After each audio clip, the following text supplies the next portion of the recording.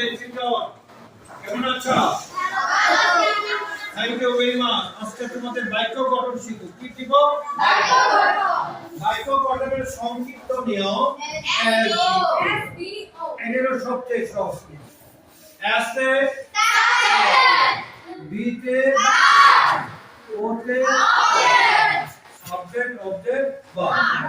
যে সব বাক্যে শেষে ক্রিয়াপদ থাকে ওই সব বাক্যের গঠন হলো এই।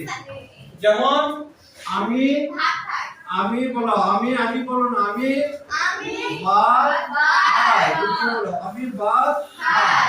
দেখো শেষে ক্রিয়াপদ আছে। শেষে কি আছে? প্রথম সাবজেক্ট। ওই যে সাবজেক্ট কি বসাবো?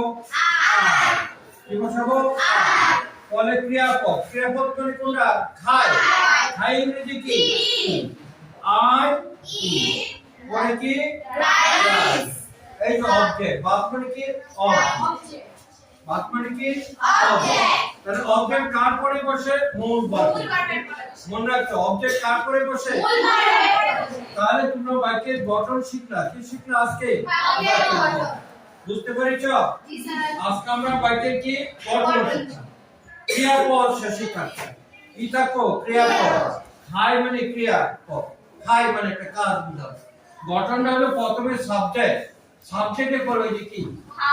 ভার্ব। বিতে কি? ভার্ব। ওতে কি? অবজেক্ট। এইভাবে যে সব বাক্য ক্রিয়াপদ শেষে থাকে এইভাবে আমরা গঠন করি।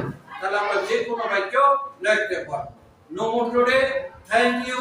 সি ইউ এগেইন ইনশাআল্লাহ।